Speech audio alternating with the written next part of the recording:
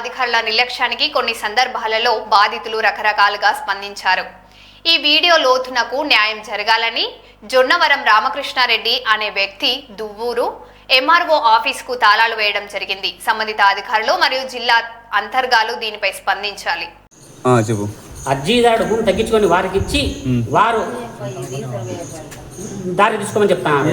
అది ఏమైనా చట్టం ఉంది అని ఆర్టీఐ కింద అడిగినా ఎలాంటి జీవో లేవు, సెక్షన్ లేవు అని చెప్పినారు. అది జరిగిన విషయము. 633/6లో పాత సర్వే చేసి సబ్ డివిజన్ చేసినారు. అది ఆన్లైన్లో పొందపరచలేదు. ఈ 4 సమస్యలు. ఇప్పుడు ఎంఆర్ఓ గారు అంటే నీకు అది అన్నదమ్ముల భాగాలు మాకు సంబంధం లేదన్నాడు. మీ సంబంధం లేనప్పుడు నువ్వు విచారణ జరిపింది కదా 652లో 656/2లో విచారణ జరిగినప్పుడు నాకు వాళ్ళకు వాళ్ళు సెటిల్మెంట్ పేపర్ ఇచ్చి ఉన్నారన్నాడు.